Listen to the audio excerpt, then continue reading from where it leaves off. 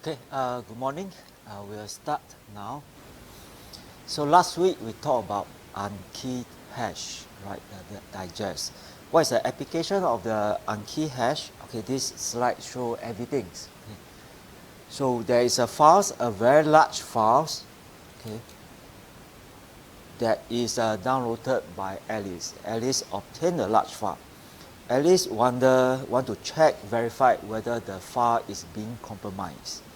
So to do that, we assume Alice have a channel, a secure channel, to send some short piece of information, okay, through the secure channel, and then Alice verify it by hashing the files. You take this file, hash it, and check whether these two are the same. Okay.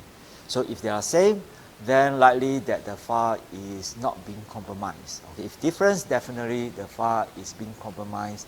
That means it's being modified. So for this, you can see that since we already have a secure channel, why not we just send the file across, right? Okay. So this leads to a very important requirement is that the secure channel, although we have a secure channel, we can only receive a little amount of information. That's why the information here is the hash. So we need to, instead of sending the whole 7 gigabytes, we send a very short digest, okay, of the file over, and then check the integrity based on the digest. Okay. Yeah. Then from here, then we ask, what is the security requirement? Suppose you are the attacker. Imagine that you are the attacker. What would you like? What you want to do? Okay. As an attacker, you can't modify this, right? But you can modify this. So from the attacker point of view, you want to find another files, okay, another files probably is a virus infected files that having the same digest, Okay, if you are able to find another file F prime that having the same digest as the original file, then you succeed, right? The verification will pass to say that, oh, this is this file passed verification as is intact. Okay, so from the attacker point of view, you want to find a collisions. Okay, so as such, when we design a hash function, we want a hash function that is resilient, resistant to collisions. Fine. Okay, so there is no secret involved here. Look at this. Something very interesting is that there's no secret involved. Okay, everything is known to the attacker. Attacker know the hash algorithm. Attacker know this hash value. Attacker know this original files. Also mentioned a few times that because this being a hash function map many things to a very large piece of files to a short piece of digest. So definitely collision exists. Okay, for a hash function, definitely there are collisions. Okay, this is by pigeonhole principles. Okay. The security requirement is this. Although there are collisions, it is very difficult to find the collisions. Okay, so this is a security requirement of hash function. Now, let's go to another scenario. Okay, over here we assume that there is a secure channel. Okay, so what if we don't have such a secure channel? What if we don't have? Okay, so this leads to a motivation of what we call key hash. Okay, so let's look at the key hash. This is a key hash. Okay. In this scenario, this is almost exactly same as this one, okay, except that this channel is unsecure. Okay. In an unkeyed hash, that we assume that there's a secure channel to send a digest over. Right now, we assume that the attacker, this attacker, okay, can be in this, can modify these two channels. Okay, right. Okay. So now what should we do? What should we do? Okay, the idea is using a key hash. So we assume that somehow before this communication is carried out, there is a secure means to distribute a key, same as encryptions, to send a key to the person who generate the content and the person who verified. Okay, there is a way to securely distribute a short key, okay, to both sides. Okay. Then, during the communications, this file is sent across, and then the digest, in this case we usually call it MAC instead of digest. Okay, a short piece of digest is also sent across. So the attacker can modify both. Okay. Now during the verification process, the Alice will take this file, because Alice also have the key, she compute the MAC. Okay, it's a digest, but in this case you call it MAC. Based on the key, compute the MAC, M-A-C, and then compare these two, see whether they are equal. If they are equal, then she claimed that yes, very likely this is the authentic version. If they are different, then definitely it's been modified. Okay? Yeah. So we still need a mechanism to distribute this key. Okay. But different from the unkey hash, this key can be established well before, for example, a few months or a few days before the actual communication is occur. Right? Okay, so it's a slightly different, it's a big difference from this version, okay, where the hash and the file is sent in some sense concurrently to the receiver. Okay. In this case, the key is established, can be established well before that. So now if you are an attacker, now we think, okay, you are an attacker, what would you do? Okay, you are an attacker. So as an attacker, you can control these two channels. Okay. So then what you want to do is to find, you can do it, one you modify F, or modify the MAC, or modify both. Okay. In either case, you want to modify them in such a way that it's being accepted. It's being accepted. Okay. So as an attacker, you want to forge a valid pair of message and a MAC. You want to forge. Okay. And an attacker doesn't know the key. Doesn't know the key. Okay. You can see that there is, it seems to have a notion of collisions, but there isn't. Like suppose you want to find a collision. Collision is that you want to find a collision of a hash function, right? You have to find two things that hash to the same value. From the attacker point of view, were he able to find a collisions? It's very difficult for him. He's unable to find a collision because this MAC, okay, this function, you view the MAC function as a hash function, there is an unknown K. It's an unknown K. So the attacker can't just take a message, hash it, and check whether it's a collision. Okay. So you look at this form, basically there is no notion, okay, there's no way for attacker to carry out, for example, things like birthday attacks. Okay, cannot find collisions. Okay. So his goal is actually to forge a signature when he doesn't know the K. Okay. Fine. Okay, after this, okay, so this is mainly the difference between a MAC and a hash, and can now become the details. Okay, how do we implement it? How do we implement it? Okay. So for implementations, okay, let's go back to the beginning. Okay, so this is a security requirement. It's a more refined form. In the more refined form, we say that the attacker actually can see multiple copies of valid pairs, and then they want to forge a new pairs. Okay, so this is security requirements. And how do we realize it? Okay, what are the current implementations? There are two popular methods right now. One is called CBC map, and the other one is a hash map, which is based on the hash function. CBC map is based on the encryption scheme. Okay, so how is this done? So suppose I have an AES, remember AES encryptions.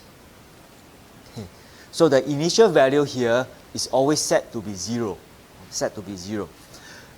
When we want to find a MAC, we follow the CBC encryptions. Okay, remember what CBC encryption? You take the IV XOR with the plain text, then you encrypt it using AES encryption, we get the ciphertext. In this case, instead of output the ciphertext, this one will be forgotten, okay, will be discarded, but it will be used for XOR to the next blocks, and so on and so on. Okay. So in the CBC encryptions, whatever output is the ciphertext, right? The whole thing will be output as a ciphertext, right? Remember, in the CBC encryptions. In this case, all this will be discarded. Okay, the IV is always set to be 0, and all this is discarded. Only the last one will be output, and this is the MAC. Okay, this right. Okay. Another popular version is the so-called HMAC. Okay, it's a hash-based message authentication code. Okay, so in this module, we don't have to understand much about this mechanism, why it's done in this way. Okay, we just have to know that HMAC is based on this formula. So right now, we just take it as it is. Okay, and it's designed based on a hash function. Okay. So you may wonder why we want to have these two versions. Okay. So, the main reason of designing a new MAC function that is completely different from AES and hash is this. It's mainly for code reuse. Code reuse. Okay, you can imagine that suppose there is a hardware already have a circuit that's built for encryptions. Okay, the circuit is already built there for encryptions, and now you want to have a MAC. So the hardware is to support both encryption and MAC. Okay, so now instead of having another circuit for the MAC, we can reuse the circuit for the AES encryptions to produce this MAC. Okay, likewise, if you already have a hash function, then you want to reuse the hash function for computation of the MAC. Okay, yeah. So this done. Okay.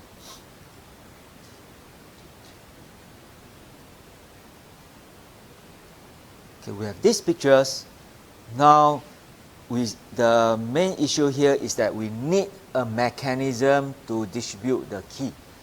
Okay, distribute the key to the person who create the MAC, and then the person to verify it.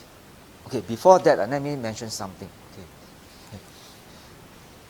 So very often when we use the MAC, we'll take the file, this original file, compute the MAC, and then attach it to the files. So that's why sometimes it's called a tag, TAG. So we compute the MAC and put it together behind the files. So many people also call this a tag, TAG. Okay. So and sometimes we will say this. We want to sign the files. Okay, want to sign the file using MAC, then it means the process of computing the MAC and attach it behind. Okay. Okay, now let's get back to this. Okay, the message authentication code, we still need a mechanism to distribute the key. We need a secure mechanism to distribute the keys. Sometimes it's very difficult to have that. For example, the signer and verifier probably have not met beforehand. Right? I use this example before. If you want to you want to visit a bbc.com, or you want to send an email to BBC, okay, you and BBC have not met before that. Right? So there's no way for you to establish a key before the actual communications. Okay. So in that case, now the public key notion, public key cryptography notion is very useful. Instead of using the same key, we use the public key. Okay. So what do I mean by that? Okay. So exactly the same setting. Okay. This is the MAC. Okay. The MAC have a key established beforehand. This key is used to generate the MAC, or we call sign, and used for verification. And this is the unsecure channel. This one has to be securely distributed. In the public key version, very simple, it's just this. Okay, exactly the same, but the key is a public key and private key. Private key. Okay. The signer has the private key. The verifier has a public key. Okay. So only the person with the private key can sign. So, and the output, instead of calling a digest in the unkey hash or call it a MAC in the key hash, in the public key version, we use the name signatures. Okay. This is called signatures in public key versions. In the symmetric key version, we call it a MAC. In the unkey version, we call it a digest. Digest, MAC, and signatures. Okay. So this is called a signature scheme. Okay. In the signature scheme, we use the private key to sign, to generate the signatures, and use the public key to verify it. Okay. So why this is called public key and this private key? Same as a public key cryptography. Okay. The owner generate a pair of keys, public and private. He let the whole world know his public key, but keep the private key secret. Okay, same as the public key cryptography. Okay. So so now, okay, same as before. Okay, so if the owner, okay, use the private key to sign and so on, and then when we say this term, Alice signed the file, we means that Alice used her private key to generate the signature and put it behind. Okay, fine, yeah. So the authenticity, okay, so after Alice do that, the authenticity can be verified by anyone with the public key. So now we think from the attacker point of view. If you are the attacker, what will you do? What will you do? From the attacker point of view, you may know this, you know this, you know this, and you know the public keys. Okay. From the attacker point of view, the attacker know this, they know this, and know this. Right. An attacker can modify this, can modify this. Okay. So the attacker goal is with this information, these three pieces of information, okay, and the capability of modifying, compromising these two channels, come out F prime and S that is valid. So the attacker point of view is to forge the signatures. Okay.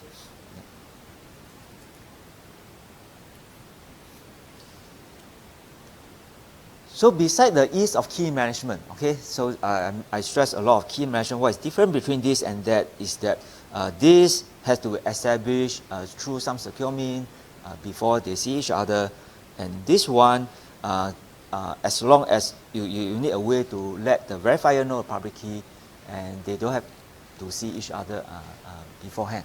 Okay. So beside the ease of management, key management, signature scheme actually achieves something more. Okay, something more than the MAC. Okay, the public key version actually achieves something more than the MAC, and that is called non-reputations. So let me give you examples. Okay, these examples. Let's use the MAC version. Okay, so in the MAC version, Alice and Bob both know the key. Okay, so suppose Alice sent Bob a message. okay, and this message says that, hello Bob, I will give you $50 tomorrow. Okay, this is a message. Okay, so Alice sent a message. This message is, I will give you $50 on this date. Okay, and this is appended with the MAC. Okay, so Alice signed it using the symmetric key and put a MAC there. So Bob received this. Bob is very happy, right? Okay, Bob can verify that indeed this message is coming from Alice. Okay, why? Because it's, okay, there's a MAC here. Only Bob and Alice know the secret key. No one else can forge the MAC. Okay, so Bob received this message, very happy. Okay, Bob knows that he is going to receive $50 from Alice tomorrow. Okay, so now, okay, today is the day. So Bob went to Alice and said that, okay, give me $50. So then Alice will say, why? This one is not generated by me. Okay, Alice will say, this message is not generated by me. Okay. Bob said that, but it's generated using the MAC. The MAC is valid, and you know the private key, and you know the secret key. And then, what about Alice? If you are Alice, what will you do? You will say that you also have the key. Bob, you also have the secret key, right? This MAC is generated by you, by Bob. Okay, how come you frame me that this, right? So now there's no way for Bob to prove that, or prove to the judge that this MAC indeed is generated by Alice. Okay, because Bob can potentially, Bob can generate the MAC. Right? Okay, so that means that in this case, Alice can deny that she has signed the message. Why? Because the key is known to two parties. Now what about the signature case? Signature public key cryptography case. Okay. In this case, Alice will write, have the message, I'll give you $50 on this date, and put in the signature. Signature is generated using Alice's private key. And only Alice knows the signatures, the private keys. When Bob receives this message, Bob is very happy. Okay, Bob can use Alice's private key to verify that this signature is valid. Okay, and now next day, okay, Bob went to Alice. Please give me $50. Alice said, why? So this is the message you tell me yesterday, and this is signed using your private key. Now can Alice deny that she has generated this message? She can't. Why? Because in the whole world, only Alice knows the private key. Okay, in the whole, only Alice knows the private key. So this message must be generated by Alice. Okay. So in this case, Alice cannot deny that she has generated the message, and this requirement is called non-reputation. Okay, assurance that someone cannot deny previous commitment or action. Okay. So this is the additional security requirement, okay, provided by signature compared to MAC. Okay.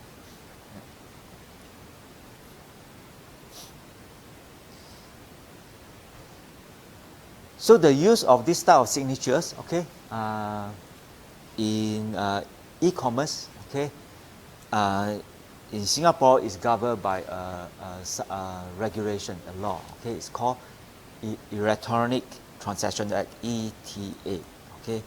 So ETA will say when and under what situation the signature can be used. Okay.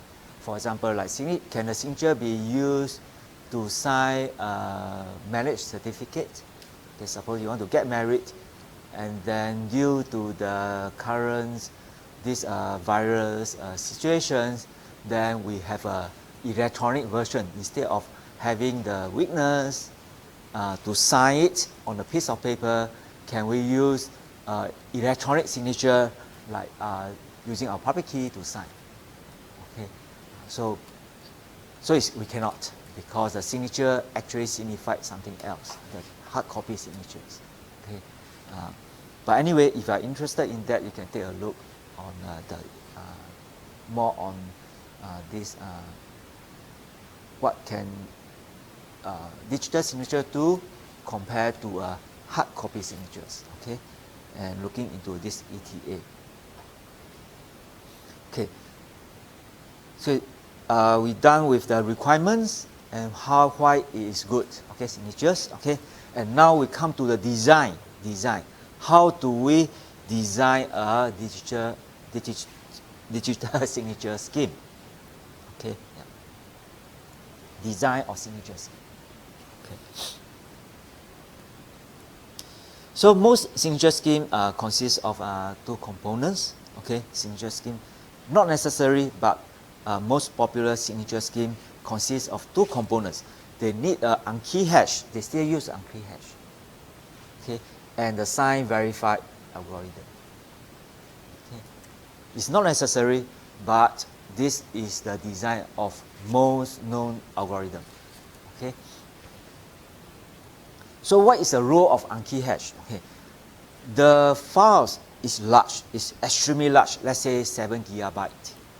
The signatures is short, right? Let's say 512 bits. Okay. So what we do, most of the scheme does this. They apply the hash function, the unkey hash function. Hash this arbitrarily large, let's say 7 GB, to 256 bit fixed size digest. Okay. And then they use the signature algorithm, the sign algorithm, that can only work on fixed size input. Okay. This sign and verified, they can only operate on fixed size input. Okay. So they take the arbitrary large thing, hash it to a fixed size, then using the sign algorithm, taking a private key and generate the signatures. Okay. Then what about the verification process? Okay. The verification process, conversely, take the very large files, okay, hash it to this fixed size input 256 bit, and then run the verification algorithm. Okay. Potentially, okay, this whole thing can be a big black box, okay, but as I highlight just now, okay, most popular scheme break this big black box to two steps: hash and then verify it. Okay, fine. So there's a problem with this. Okay, the problem is that okay, same as a Mac, you look for signature scheme, the notion of collision attacks, okay, doesn't apply. Okay, there's no way for attacker to carry out collision attacks because they doesn't know the secret key. Okay, but if the algorithm is designed in this way, then they can carry out collision attacks. Make sense. Okay, they can find two x and x prime that collides. If the two x and x prime collides under this hash scheme, then the signature will be the same. Okay. Yeah. So anyway, okay. So now let's look at this algorithm. Okay, we already talked about the hash algorithm. We talked about the hash and key hash algorithm. Okay, which are SHA, SHA1, 3, SHA2, MD5, and so on. So what about this algorithm? How is this done? Okay. Currently, there are two popular ones. Okay, one is based on RSA, and the other one is based on a discrete log. It's called DSA, Digital Signature Algorithms. Okay, yeah, these two popular way of doing a scheme. we'll mention this one, how this is done, okay, this one. The RSA base, okay, as we mentioned before, if arbitrary large file hash get a small digest. And then how they protect this, okay, in some sense it's very simple. The idea is now they encrypt it using RSA, okay, encrypt it using RSA. Okay. So and then you get the signatures, okay. So the signature is actually the ciphertext of H under RSA scheme. Okay, you encrypt H, you get S. Then during verifications, likewise you get a big file hash sheet, you get this one, and then you get a signature. Then you're using the RSA decryption to decrypt it. You decrypt it, then we get a H, okay, and then we compare the H prime and H and see whether they are the same. Okay, yeah. So this is using RSA. Okay. A very messy notation issue is this. Okay, you recap how we describe RSA. We mentioned that we use the public key to encrypt and use the private key to decrypt. Over here, we use the private key to encrypt and use the public key to decrypt. Okay. So it happened that for RSA, this is okay. I did mention in the, you flip back and look at the lecture note before. For RSA, this is okay. Okay, the role of the private key and public key can be flipped. You can use private key to encrypt, okay, and public key to decrypt. Okay, or the other way around, you use a public key to encrypt, a private key to decrypt. Okay, so for when you want to use it for signature scheme, we use a private key to encrypt. Okay, yeah. We'll not talk about DSA. Okay, DSA is based on discrete lock. Okay, RSA is based on encryptions. Okay, this leads to one question. It seems that the way to protect the hash is to use encryptions. That means that you look at these pictures, we say, oh, this is not secure. Okay, okay, let's see. You look at unkey hash. Unkey hash, right? The unkey hash, we say this is not secure. For unkey hash, this we assume this is secure. Now for key hash, then this is not secure, right? This is not secure channel. Attacker can modify it. Then knee-jerk reaction. Okay, if you are a designer, you will say that, okay, so one way to secure this channel is to use encryptions. You should do encryption. So it's very simple. I want to solve this problem. It's very easy. I just encrypt this, then this becomes secure, right? So it's very easy to design a MAC scheme. Okay, to design a MAC scheme, I just use a typical encryption scheme, encrypt it, and then share the key. Okay, this in some sense is correct, but it's also wrong. Okay, you look at the digital signature scheme, RSA go along this approach. Okay, they use the public key encryption scheme to encrypt this. Okay, but you have to be careful because in general it may not work. If you take any encryption scheme, it may not work. Okay, RSA, because after we use that, they analyze it and then found that it's work. Okay, so for example, if you use a stream cipher, which is a good encryption scheme, but you use it in this manner, it will not work. Okay, so we may have some tutorial question to explore that. Okay. Yeah.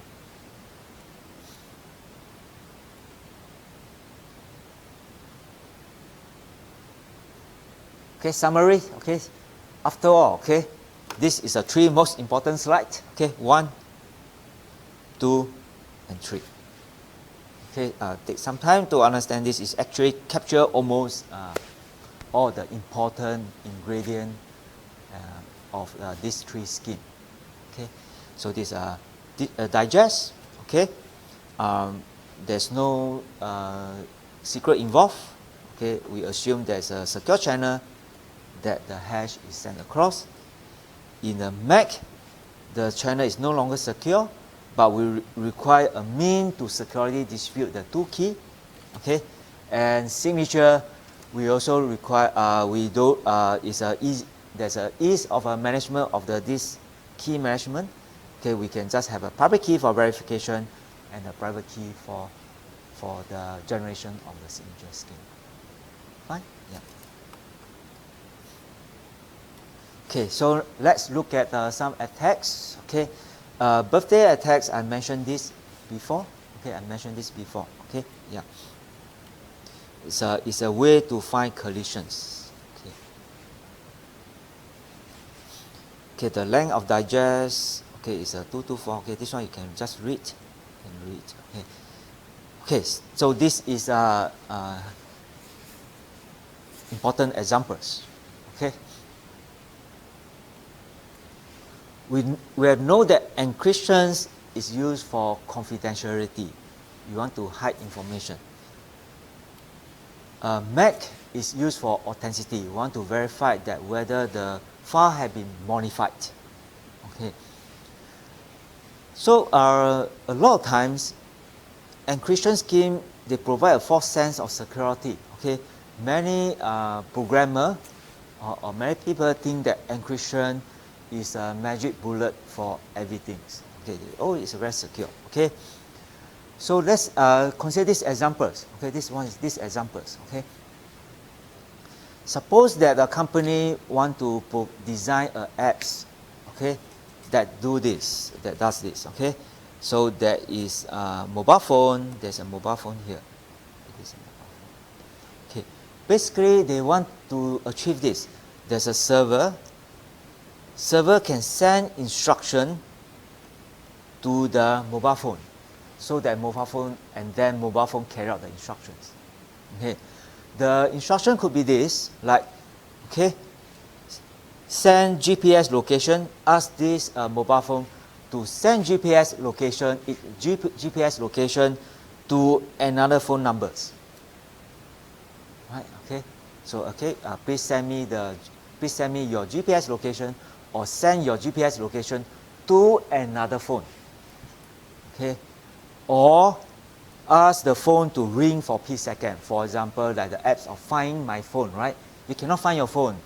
Then what do? There's some apps that allow you to send an instruction to your mobile phone, and the mobile phone will ring for a while.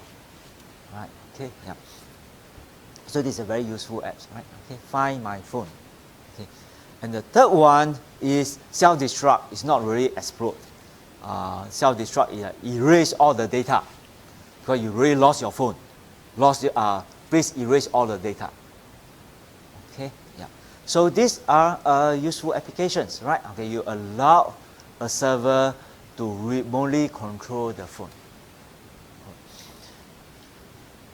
So I saw this type of application before, and that was quite a few years ago, where most communication is done through SMS. Okay, SMS. Okay, so the instruction is sent through SMS. Okay, to the phone. Okay. And we know that SMS is not secure. Why? Because when the server sends an SMS to a mobile phone, this message is going through a lot of intermediate proxy and relay.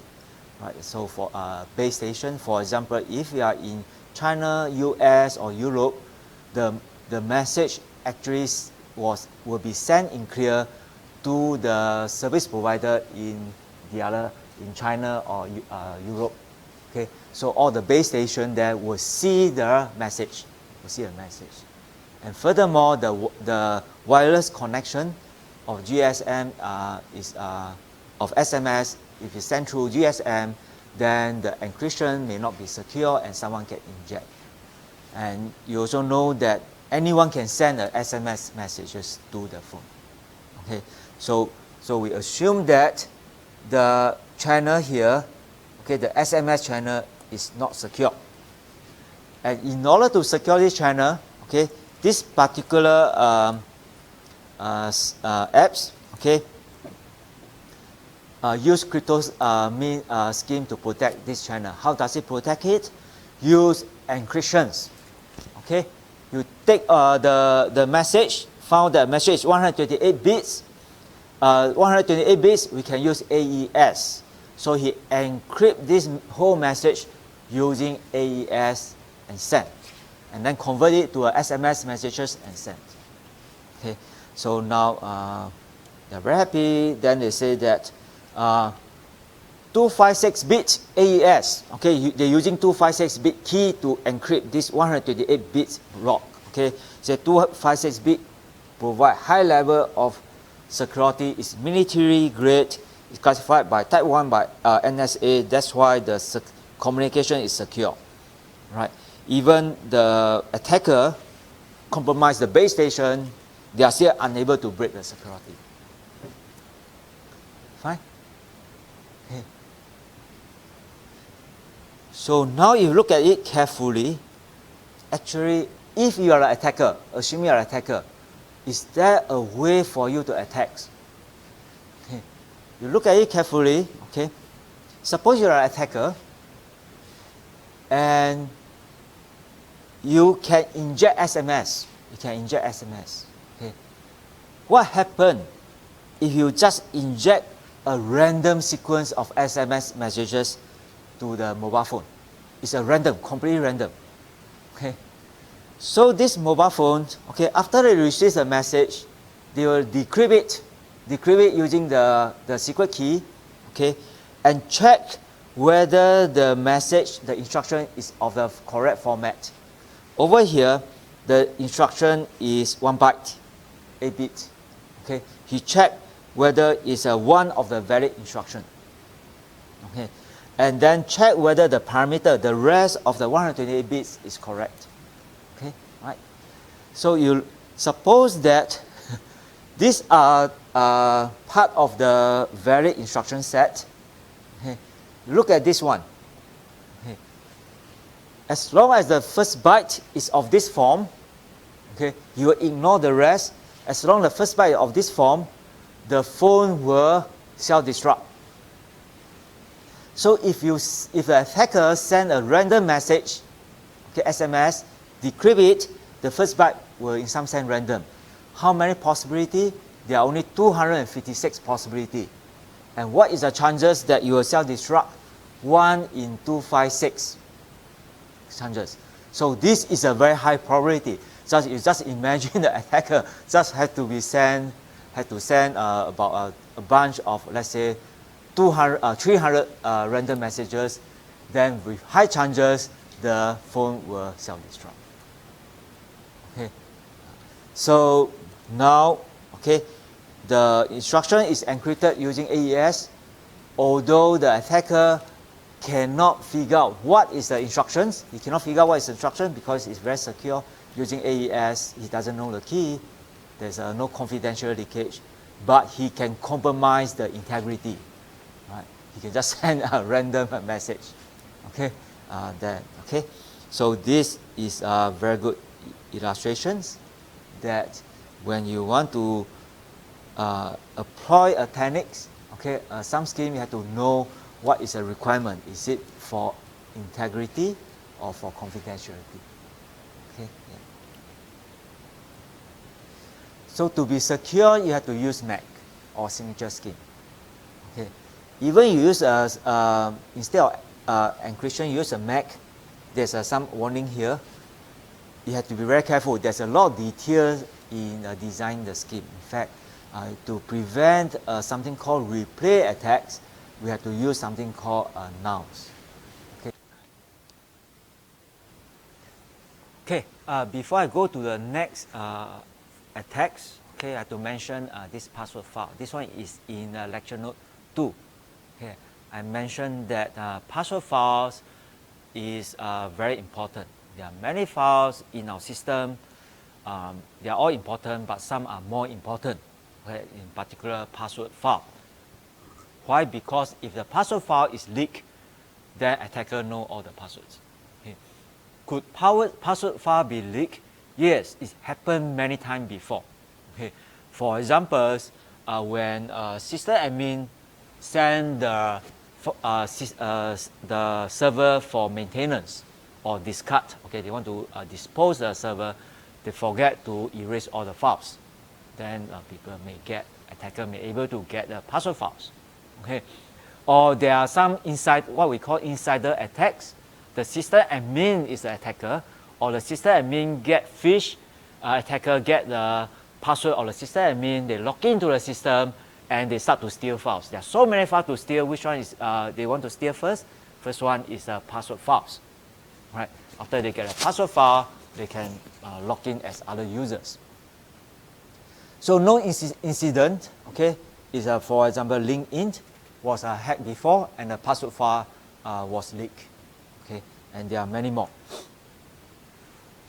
So as such, we require to have additional layers of protection for password files. Okay, so the way to do it is to do this. Okay, this is the password files. Okay, instead of storing it in clear in the hard disk, okay, instead of storing this in clear, we hash it. This is what is stored. Okay, we take the password using a cryptographic secure hash the files and put it here. So during verification, if a user key in their password, then the system will hash the password and check whether the hash value is the same. After they verified, the password which is stored in the memory is supposing has to be erased. Okay, so the password only appear in clear temporarily, okay, in the computer memory during that short time.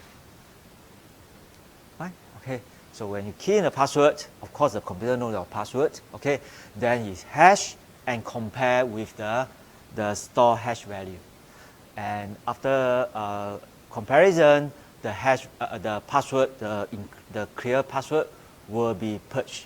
Okay, so it's purged from the memory. So that means that the password only live for a very short time in clear during the process.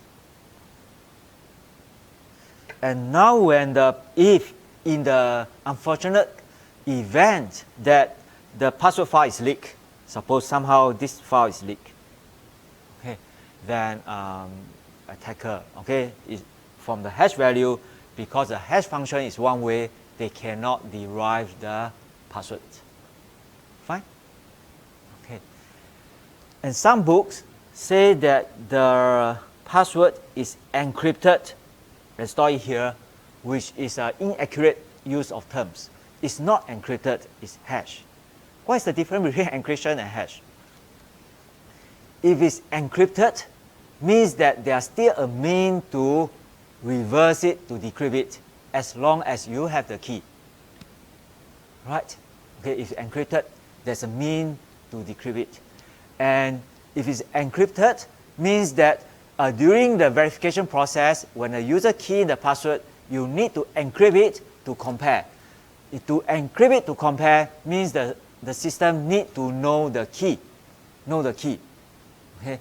So if the key is leaked, then everything is gone also. Okay? In the hash version, you look at it, because hash there's no secret. Okay? There's no secret key. So that and then there's no way to invert it. Okay? There's no way to invert it. Okay? So for encryption, there's still a way to reverse it. But you need the key. Okay? Is the key forgotten? No, the key is somewhere there. Okay, key is still stored somewhere in the system. Okay, so using the term encryption is not correct, and it cannot be used encryption. You have to use unkey hash. Okay, this cannot be replaced by an encryption scheme. Okay, fine. And okay. This is nice, okay, but most of the time we did not use hash function alone. We use a sorted hash. Okay. What is the reason, which we are going to talk about later? It's because of something called rainbow table. There's attacks. You don't use sorted hash, it could be subjected to rainbow table. Okay, lookup. Okay, just have a quick sense of why we need a sorted hash. Okay. Suppose it's not sorted hash. Okay, I give an example here is, okay, this example here. Okay, Ali and Charles have the same password. Okay, if they are same password, these two is the same. Okay, and many people use simple password, and there will be good chances that they are the same. Or for example, let the user log in using your Luminous, and the one that you log in to read your Gmail, your password may be the same. Password may be the same, right? It's the same person, right? So if the attacker get hold of the hash file, by knowing that the fact that he will know that the fact that this two is using the same password, okay, and this will lead some information. Okay, you say, oh, they are using the same password, then maybe their password is very simple. Then they started to use exhaustive search to find their password using dictionary attacks. Okay, so as such, it's desired, okay, to design a scheme so that even if the password is the same, the hash value will be different. Okay, so that you don't have to leak this information.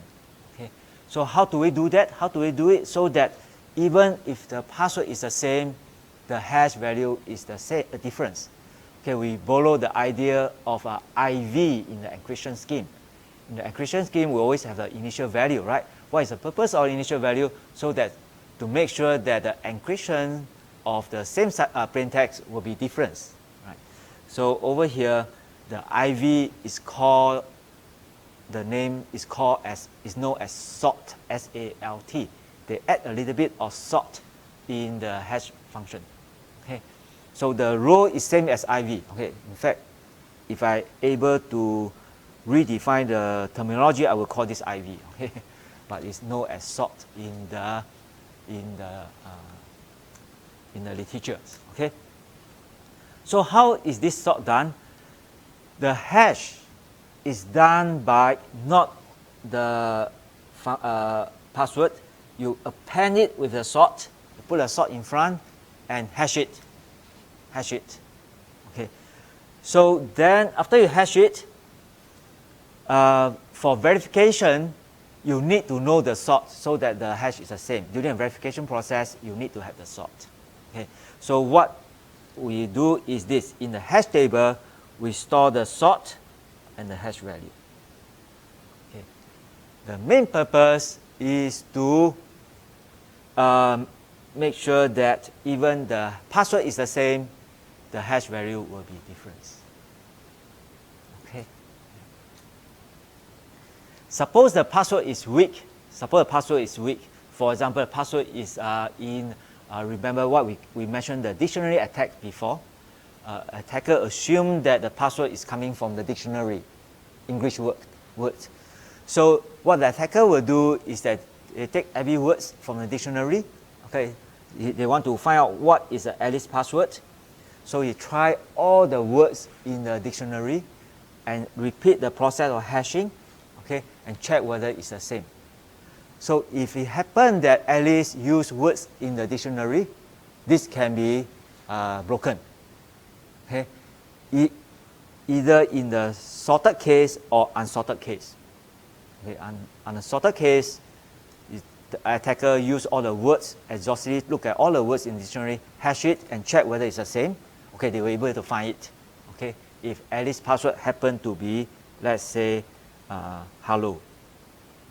Okay, in the sorted case, likewise, is vulnerable to these attacks. Okay, attacker go through the table, okay, one by one, okay, and then they are able to do it. Okay, yeah. So you may think that, okay, then the so-called having a sort doesn't gain much, right? Doesn't gain much. Having a sort, you just have to prevent that the password is different. Okay, but he gained a lot when you talk about the rainbow attacks, which I'm going to mention a little bit. Okay, with the sorted version, rainbow attack would not work. Okay, with the unsorted version, rainbow attack will work. Fine, yeah. And to see why people is so serious about it. Okay, you look at the Facebook. Okay, Facebook, how they keep the password file. Okay, they don't just do this. They don't just do this. Okay, they will first take the password, hash it using MD5. Okay, then they add the sort, and then hash the hash of it using the HMAC. Okay, where the sort is taken as a key. Okay, in the key hash, and then using SHA 256, and then using something called secret. That means you need a server to give you the sort and so on. They use one whole rule like that. Okay, so this is Facebook versions. Okay, so if you wonder why so complicated, okay, I can understand why so complicated. Okay, so why he want to apply MD5, then HMAC, then the SHA 256. So anyone have hints why they want to do this three process? Okay. Our guess is this. Okay, is this right? When Facebook was first designed, developed, okay, they did not put into security into consideration very much. Okay, when they designed Facebook, when they developed Facebook, okay, then they use some library to manage the password file, and the library using MD5, which is not secure. Okay, without sort. Okay, so when they first developed, okay, they did not use sort. Okay, after a while, when they get popular, then they say, okay, we probably have to consider this carefully, security carefully. Then they look into it, they found that, oh, they are not sorted. Okay, so you have to put in sort. So how to do it? Then they put in sort. So one way to do it is that because they already have an existing user. Okay, one way is to send an email to all the users.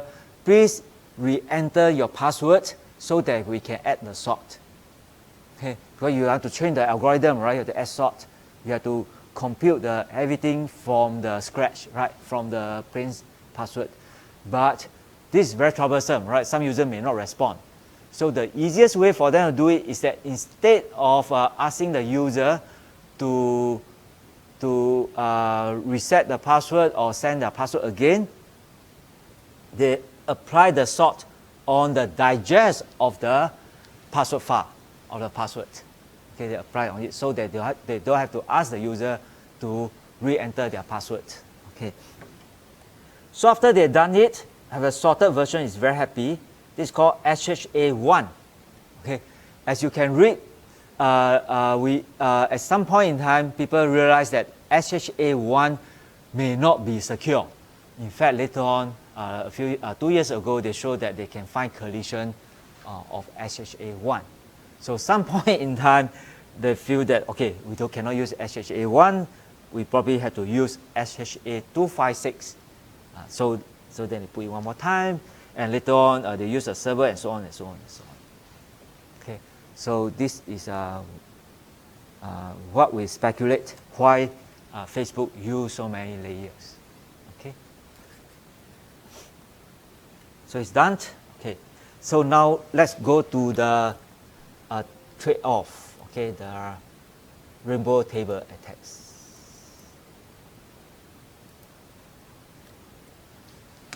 Trade-off. Okay. So we've done this in tutorial 1. Okay, if you remember, we've done this in tutorial. This is tutorial 1. Okay.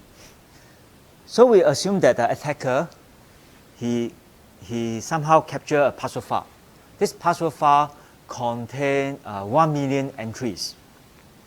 So there are 1 million passwords there, hash of the password. So one way is that the attacker, for each password, okay, because the attacker knows that some of the passwords are weak. Some of the passwords are weak. What do you mean by weak? They come from a dictionary, a combination of words in a dictionary. All right, so they can do exhaustive search on that. So they take the first password, okay, trying to exhaustively try to find the password. Okay, After they try for 2 weeks, they cannot break it. Okay, probably this one is a very strong password. They are unable to break it. Okay, password with 20 character long or random, so he cannot find the hash. So then the attacker go to the next password, and so on, so on. At some point in time, he may hit one that is weak, that he's able to find it in, let's say, 2 days. Okay, so this is 1 million entries. If you want to go through this whole file, how long will it take? Okay, this will take very, very, very long. Okay, 1 million entry, each one take 2 weeks, multiply, okay, try very long times. The other method, which is we have mentioned before in tutorial 1, is this. The attacker spend 1 month, okay, construct a huge table. Okay, this table will consist of all possible passwords he can think of, all possible passwords. Okay, based on the dictionary. Okay, this table, okay, consists of all possible passwords. He take the password, words in the dictionary, any 2 words in the dictionary, concatenate them, hash. Take any 2 words in the dictionary, concatenate them, hash. Take a word in the dictionary, add the digit behind. Let's say hello 1, hello 2, hello 3, hello 4.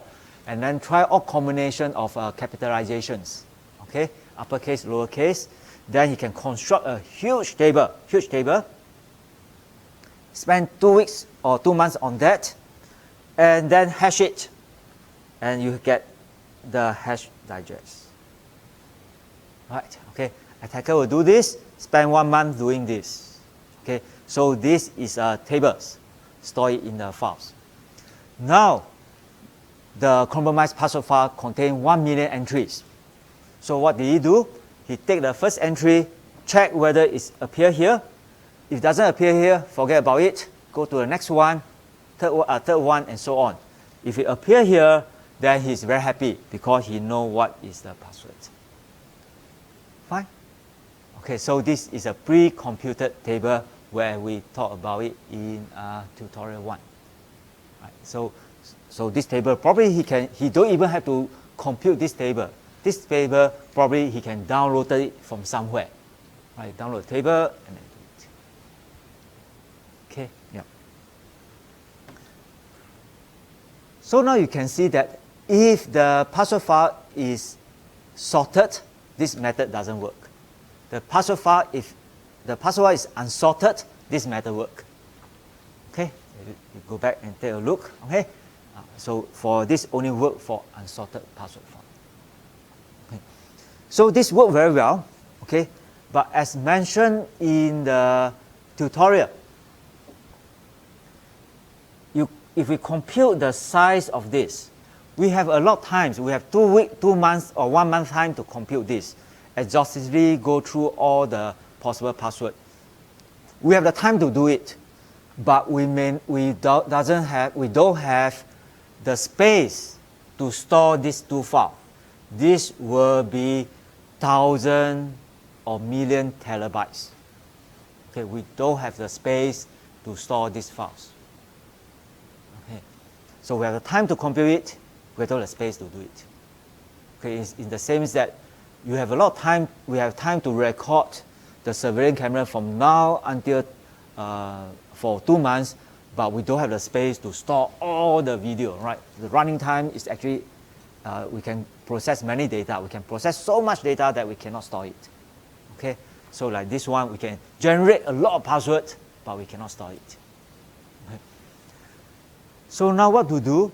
It turned out there's a technique called time-space trade-off to allow us to reduce the space, but more time during the searching.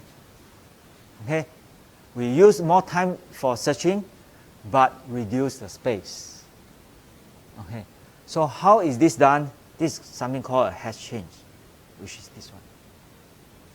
Okay, so the technique is this. Okay, this. So I'll take a password. Then I hash it. Okay, I will construct this table in this way. I take a password, I hash it. Okay, let's say this password is hello. 1, hash it. And next, we define a function called a reduce function. This reduce function will take the digest and map it to a possible password. Okay, so this is some algorithm. Okay, he tried to map it to a password. Okay, for example, this one will take this digest. From the digest, say that, oh, this is the 5th entry in the dictionary. Then you take the 5th word in the dictionary. Second one is the 20th entry in the dictionary. You take the second word in the dictionary, and then they put it together and put in a digit specified by the digest. Okay, so let's suppose that after you've done this, this will become word cat 5. Okay, yeah. So you take this digest, do so-called reduce function. This reduce function is deterministic. You map it to a password. Okay, then you take this password, hash it again to get W1, and W1 likewise using a reduce function, you get another password. Now let's say the password is happen to be doc OG doc like that. Okay, yeah, and then you hash. Fine, yeah. So for every password, you compute this chain. This chain usually is very long. In this example, I used 3. Okay, just 3 rounds. Okay, so in this chain, you can see that this chain, in some sense, store 3 passwords. 1, 2, 3. And what is stored in the table, eventually what is stored in the table is just hello 1 and the final one. These 2 are discarded, thrown away. Have no memory to store it, throw it away. What is stored is only the head and the tail. Okay, and then you go to the next password and so on and so on and so on. Okay, so you need to store the head and the tail. Okay. And now, okay, during the search process, now given a digest, I want to find the password that has to it. So suppose I given a value. Okay, let's say suppose happen to be y2. Okay, I give a digest. The digest value is y2. Okay, I want to know which password has to it. Okay, so what do I do? Okay, in the previous simple version, we just search here, find y2, and then get this, right? Okay, so now in this version, as an attacker, I got the y2. I look through this table. Oh, I found that, oh, it's here. If it's here, I'm very happy. Okay, but what is the password that has to y2? So I found it, the hello. Is hello hash to y2? No. Hello doesn't hash to y2. But I know that the password that hash to y2 is somewhere along the chain. Okay, so on the spot, I will take the head, which is hello 1, repeat the process, until I hit this one. Okay, I hit this one. Right? I will hit this one, right? I repeat the process. I will get doc. Okay? And then I know that doc hash to y2. And now I know that doc hash to y2. Fine? Okay. Okay, so it's that is okay. In the previous one, okay, I get y2. Then I check the head hash to y2. This must be doc. Okay, this doc. Okay, in this case, I get a y2. What is stored in my file is the head, which is hello 1. Okay, then I use hello 1. I repeat the process, do the head chain, and I will get doc. Fine, yeah. Okay, so over here, we spend more time to find the password. Right, we have to hash 3 times. 1, 2, 3. Hash reduce, hash. Previous one is only 1 hash. Only 1 hash. Okay, we spend more time. But you look at the space. The space actually reduce. Because all the password, remember all the password previous one, all the password is stored here. Over here, all the password is stored here, and we discard them. It's not stored in our storage, right? We discard 2/3 of them. Okay, all the password is here, but we only store 1/3 of them. These are the password. We only store the head. So there is a reduction of space. Okay, yeah. So this is called time memory trade-off. Fine, yeah. There's something called rainbow table. Okay, it's slightly more complicated. I don't want to go through it, but you want to read through it. There is some complication here. Okay, is that there are some limitations, there's some collision and so on, lead to inefficiency of this table. Because this table, there will be a repetition of the password. And there's a technique to reduce the collision, and the technique is called rainbow table. Rainbow table, which we did not, will not go into detail. Fine? Okay? So this rainbow table. Okay, so it's done for this. Okay.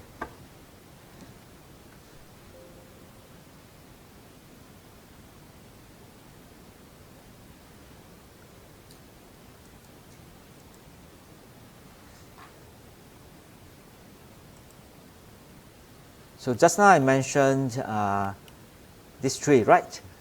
Hash, MAC, and signature. And we mentioned that signature is very useful. Okay, the public key is very useful. Okay, but we still need a way. We say that this one is very we need a way to securely distribute the key, and then in this case, in the public key version, we don't need a secure way to establish the key. But you look at it carefully, we still need a way to distribute the public keys. Okay, and now we will talk about it. Okay, how to distribute the public key, which is everything on the lecture 4. Okay, lecture 4, part 1.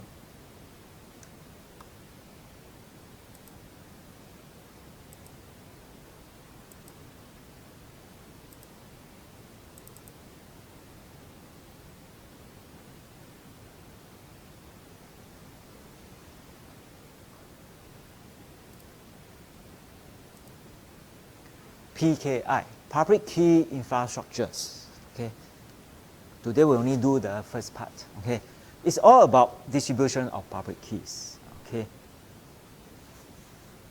so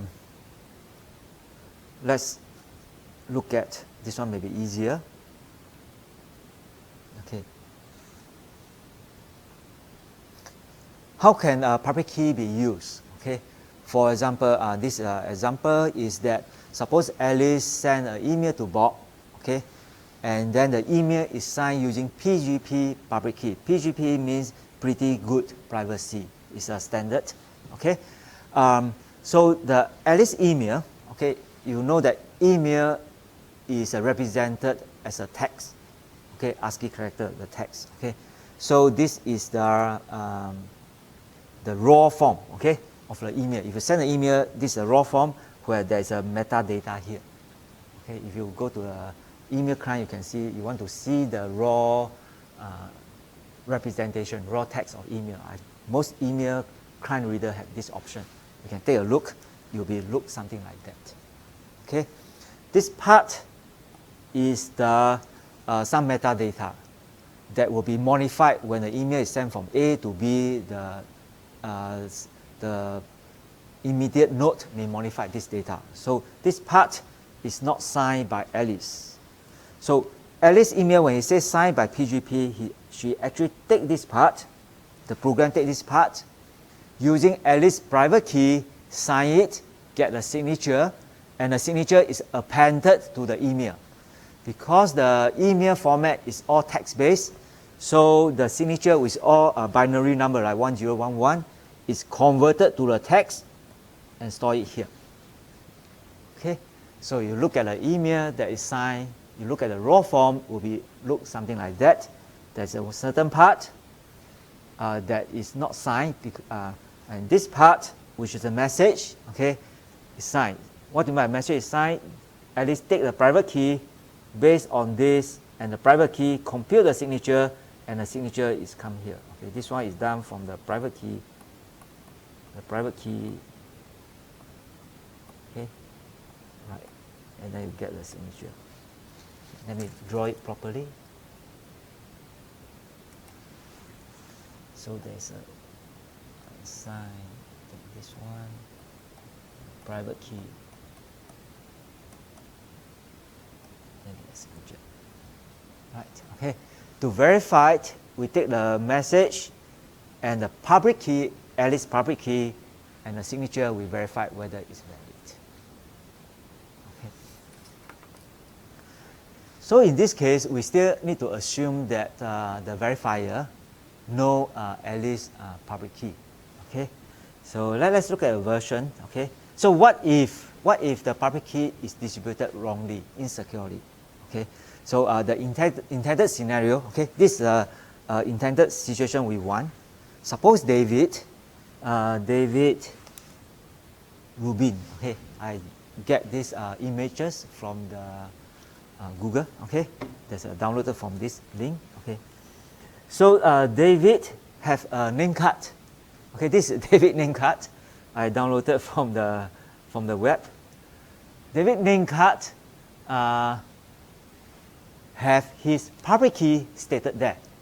Say that, oh, this is my public key. Okay, so David met Bob. David said, I'm David, and this is my name card, and this is my public key.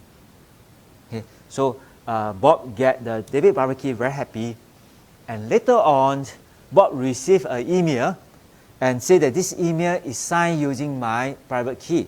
So Bob received this email and the signatures, and then using this public key to verify whether this indeed is coming from David.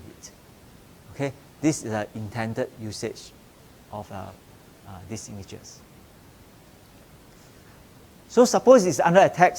What is the situation? Okay, there's one guy, okay, who claimed that he is David.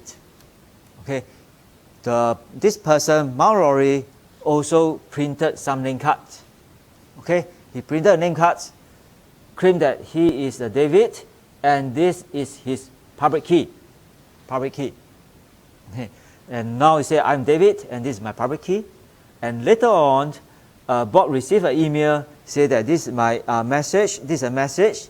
Okay, I'm David from Ubuntu, and then Bob would verify it and found that this message is valid with respect to this public key, and then Bob mistaken thought that this is a message from David from Ubuntu.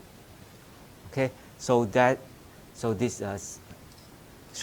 we still need a way to securely distribute the public key. Okay, yeah. So this example illustrates that we need a mechanism to distribute the public key, and the public key had to be securely distributed. Okay. So how do we distribute the public key securely? There are three mechanisms. Okay, we look into these three methods: announcement using this and this. Okay. First one is that the owner announce it, the public key. He tell the whole world the public key. For example, using the name card that I mentioned, or post it in Facebook. Okay, post it in the Instagram, or put in the website. Okay, so for example, you look at Schindler. Schindler is very well known researcher in security. Bruce Schindler. Then you go to his web page. He mentioned that this is my public keys. Okay, this is a public key. So I just wonder why this key is so long and yet the name card one is so short. Okay, I mean I make some mistake. Okay, yeah. But anyway, okay. So he announced to the whole world, this is the public key. Okay. There's some limitation because it's not standardized, so it will not reach a lot of people. and there's no systematic way to verify it.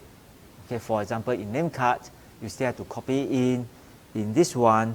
Somehow, if you saw it in the web page, you still have to manually, the user may still have to manually cut and paste the public key and then use in the verification algorithm.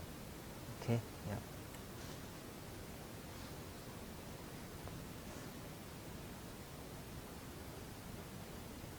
Okay, so you have times, probably it's good to try to get a public key for yourself.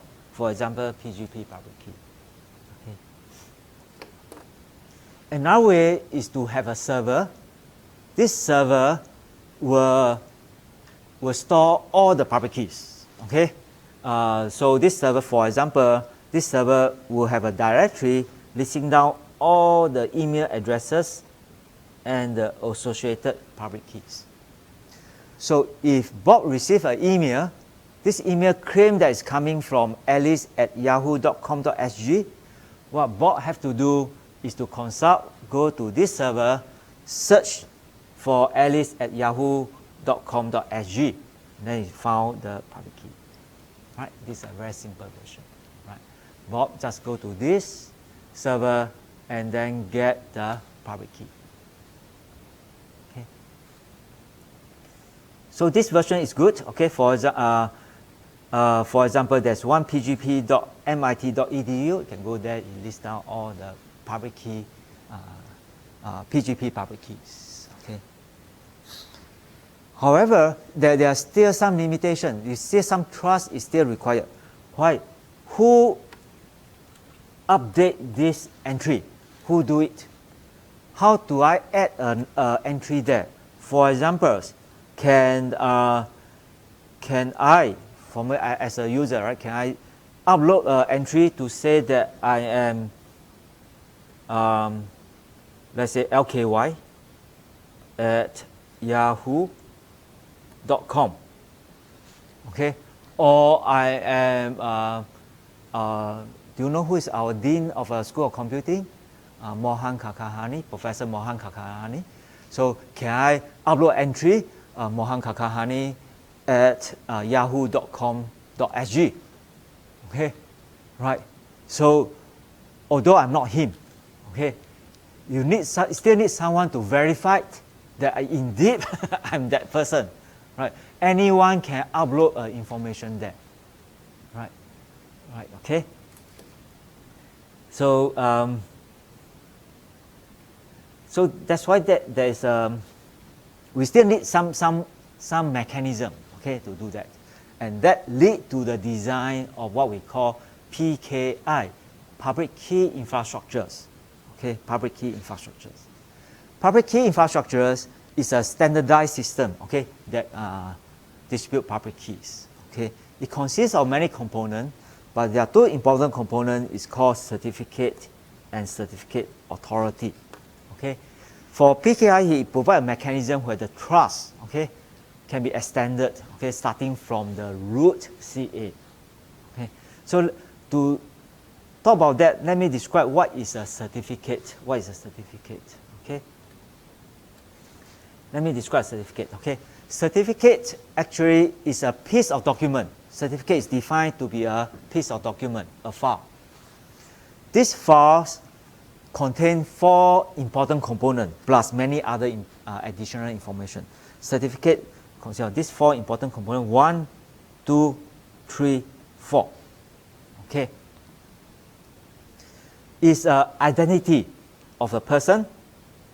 Okay, for example, identity alice@yahoo.com, and the public key associated to this identity, and the signature of the CA. CA is an authority, certificate authority.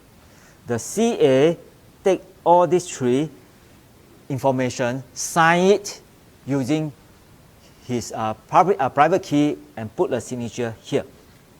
Okay. Okay. So this is a certificate. Okay. In some sense, a certificate is a document that states that the public key of this owner, okay, that tell what is the public key of this owner, and this information is certified by the CA. Okay. Right. So certificate is in some sense a document, 3 important pieces of information, a name of a person, the public key, okay, and then certified signatures. Okay, so this is my signature. Okay, so you can imagine that this is a piece of paper. This piece of paper says that I hereby certify that Alice's public key is this, and signed by the authority. Okay, you think as a paper form is this. It is a piece of paper with the signatures of the authority to certify that this indeed is the public key of the claimed person. Okay, so how is this used? Okay, how is this used? Okay, let's look at this application. Okay, okay, this one. Okay, without certificate and with certificate. Okay. Suppose we don't have a certificate, we still use the public directory services. The CA keep a directory of all of the public keys. Okay, so this is a CA. CA is a trusted authority. He keep a list of public keys. Now, if Alice send an email to Bob, send this email to Bob, Alice said, this is my email, and this email is signed using my private key. Now, Bob wants to verify whether the content is correct. How Bob verify? Bob needs Alice's public key. Bob doesn't have Alice's public key. So how can Bob get it? Bob will go to the CA. He asks the CA, hello CA, what is the public key of Alice at yahoo.com? The CA will search through this and tell Bob, say that the public key is this, and it's valid until 1st of May. Fine? Okay. So this is one way to do it. One way to do it. Okay, one way to do it. Okay. So whenever Bob wants to verify a document, Bob need to contact this server, to this CA, to ask for the public key. Okay. But now, another version is this. Okay, why this version is not good? Bob first, the CA will be very busy. Okay, whenever someone wants to verify a signature, they will go ask the server what is the public key. So it's extremely busy. But more importantly, Bob have to have online access. Okay, this connection, Bob need to have online access. Okay, to query the database. Okay, so now you look at this carefully. If the CA is lazy, you look at this information. This information is always the same. This piece of data is always the same. The public key of Alice is this. It's always the same. So a lazy CA will do this. A lazy CA will do this. Okay. Instead of having people to query him, this lazy CA will say that, okay, whenever someone wants to verify the public key, they come and ask me, and then I tell them that the public key is this. Why not I do this? He will take a piece of paper, the lazy CA will do this, take a piece of paper, say that I hereby certify that Alice's public key is this, sign. Okay, this piece of document is a certificate. And then the CA pass this piece of document to Alice. So Alice have this piece of document. So that whenever Alice send an email to Bob, Alice will send an email. This is an email. This email is signed by my public key, and this is a certificate. Okay, this is my certificate. Okay, my public key is this, and this piece of information is certified by the CA. Okay. Now when Bob receives this, Bob has the email. Bob doesn't have Alice's public key, but Bob can look out the Alice public key in the certificate, and this is certified by the CA. So it's as good as coming from by asking the CA himself. So Bob trusts that the public key is correct. Then Bob can use this to verify Alice's public key messages. Fine. Okay, so this make the design very neat. So now Bob doesn't need to have online access to the CA. Okay. So you can imagine a scenario here that the student, okay, suppose one student, I want to tell the other student, say that the lecturer told me that okay, not lecture, okay, I should not use the word okay, let's use lecturer examples. One student go to the admin office and and tell the admin office that the lecturer add 3 marks to his exams, okay, result. Okay, so the student go to admin office, say the lecturer have added 3 marks to his exam. So the admin office will contact me, say that this person make this request, is this true? Then I say this is true, right? Okay, the student go to admin office saying that lecturer added 3 marks to his exam. Then the admin office come to me and say that, is this true? And I say, yes, this is true. Okay. So instead of having this, one way to do it is that as a lecturer, I wrote on a piece of document, I hereby certify that this student get 3 more marks from me, sign. Okay, I take this piece of paper, pass to the student. The student will approach the admin office, show them this piece of paper. And the admin office verified that my signature is valid, and now they believe the information is true, they don't have to contact me. Okay, so this is the role of the certificate. Fine.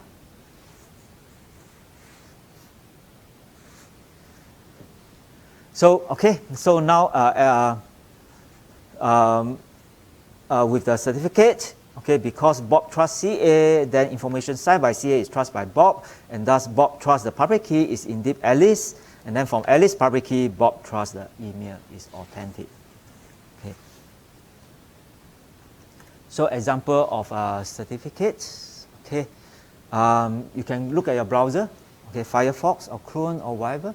Okay, and you click around this one. Okay, I don't want to show the live demo. I think this demo is better. Okay, you go to the browser. Okay, let's say this Firefox or Chrome. Then there is if you visit dbs.com, okay, you can see a padlock here. Padlock here. Okay, click on the padlock. Click on this one. Likely that it will bring you to something like that. You can view the certificate of DBS. Okay, so so look at the detail of this. Then remember what is the information in certificate. 4 pieces of information: name of the entity, the public key, the window that is valid, and the signature of the CA. Okay. So over here, what is the name of the person? Name of the person is internet banking dbs.com.sg. Okay. What is his public key? The public key, then you have to go somewhere here. It happened to be here. Subject public key. Okay. You create the public key is this one. Okay. And then what is the signatures? The signature is okay. You have to click this one. Certificate signature value. Click this one. Then you can see the signature generated by the CA. Okay. You can see more information. For example, just now I mentioned that the signature, there are many signature algorithms. Which algorithm is this? Click this one. You can see the signature algorithm. Okay. And one thing very interesting about the public key, you look at the public key, this is a RSA public key, this is the modulo. Remember, for RSA, the public key contains 2 components. One is the AND, and then one is the E, right? AND is the modulo, E is the exponent. You take any message, you raise to the power of E modulo n. That is a RSA algorithm, right? The n is this one.